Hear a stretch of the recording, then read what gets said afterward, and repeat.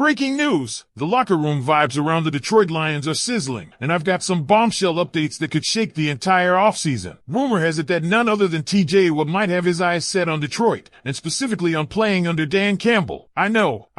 Wild to think that one of the NFL's premier pass rushers could pivot from Pittsburgh straight to the Motor City. But stick with me, because what I've pieced together in the past few days may rewrite the Lions' defensive destiny. American football, hold up. Before we dive deep, smash that like button if you've been proudly repping Honolulu Blue for over 22 years. It's incredible to see fans of every generation rallying behind this team. If you're one of them, drop a comment. Go Lions! Nothing's going to stop us. Let's show who runs the NFC North. Now, down to business. An anonymous insider, not the network itself, but someone in the league's inner circles, has been whispering that TJ Watt made it known to a fellow NFL player if he ever parts ways with Pittsburgh, the only coach he'd want to play for is Detroit's own Dan Campbell. Keep in mind, that source is off the record, so I can't fully confirm. But if this pans out, it would explain why TJ landed as the second highest pass rusher on my radar, just after Myles Garrett and above names like Trey Hendrickson and Max Crosby. The gambling world's catching wind too. Sportsbooks like BetMGM and BetOnline now list Detroit within the top 5 contenders to land Watt, just behind the Eagles, 49ers, Patriots, and Seahawks. That's no small feat, though some Pittsburgh diehards remain convinced Watt will stay put, especially given his potential payday. One thing stands out, he hasn't re-entered the building since practice began. Rumors of a holdout are swirling. Let's look at the numbers. In 2024, TJ recorded 40 solo tackles, 11.5 sacks, slightly down from his peak, but still elite, and an astonishing 6 forced fumbles. That's a strip roughly every 5 tackles. Career-wise, he's been a beast, 22.5 sacks in his breakout full season and multiple Pro Bowl nods. Clearly, talent is blazing. What makes this compelling? Watt's contract situation? He's entering the final year of his deal, set to earn $21 million, and he's aiming for a fresh extension that could peak at $36 million over 4 years. Detroit would theoretically have the cap flexibility, especially if they prioritize internal extensions like Hutchinson over external splashy signings. But let's be real. Brad Holmes is known for being tight with the purse, especially toward established veterans outside the Lions circle. Why would he shell out top-tier money to a new player when he could secure the same value from a guy like Hendrickson at a lower rate? Yet, the thought of pairing Watt with Aiden Hutchinson on the edge, it sends chills up my spine. It would create one of the most feared pass-rushing duos in the league, one that could flip this franchise from contender to champion. Here's the heart of the conversation. If Watt is truly Dan Campbell or bust, do you think Detroit trades for him and goes all in on a Super Bowl run? Is it worth sacrificing cap space or draft capital? Deep down, I believe yes. This adds real championship potential. Historically, though, Detroit's built momentum carefully. Holmes doesn't tend to make spontaneous seismic moves for older veterans. But what if this isn't spontaneous? What if it's the calculated, one-shot gambit that brings the long-awaited Lombardi Trophy to Detroit? This isn't just about gear for next season. It's about legacy. The Lions have never been to a Super Bowl, ever. And I'm talking today, June 14th, 2025, no appearance, no ring. And when you look around the league, the only dynasties are the Chiefs and Patriots. Rumbling about dynasty here feels premature. What's more important is breaking through, winning one. Then, maybe after that, we talk dynasty. Imagine the first Lions Super Bowl appearance, maybe even victory, with TJ professing his loyalty to Campbell echoing in Ford Field. Would that silencing roar be worth every penny Holmes spends? For me, absolutely. But many voices around the team and fan base are divided. Some say holding out for momentum and cap structure is wiser. Others want to seize the moment. I want to know what you think. Is TJ Watt dealt for Dan Campbell the missing link to a Super Bowl? Does Detroit go bold, or do we wait? Can't wait to read your takes. Go ahead, light up that comment section with your hot takes, and let's get this conversation rolling. The buzz around Detroit's front office is absolutely electric, and the stakes have never been higher. Let's peel back the layers on what could be the offseason blockbuster that forever alters the Lions' ceiling. First and foremost, TJ Watt's mindset. If even half of that insider chatter holds water, we're looking at a player eager to leave Pittsburgh only for a coach like Dan Campbell, not just to chase a big paycheck, but because he believes in the culture Campbell has built. That's massive. A player with that mindset doesn't just show up. He invests his entire body and soul. Lions fans, are we ready for Watt's brand of relentless work ethic training in Detroit? Next up, the financial puzzle. Brad Holmes and the front office have been strategic in their spending. They've prioritized locking down homegrown stars like Aiden Hutchinson over paying market rates for outsiders. The bigger commitment, Watt demands, could siphon funds away from other areas, perhaps limiting depth pieces or future free agent signings. And don't forget,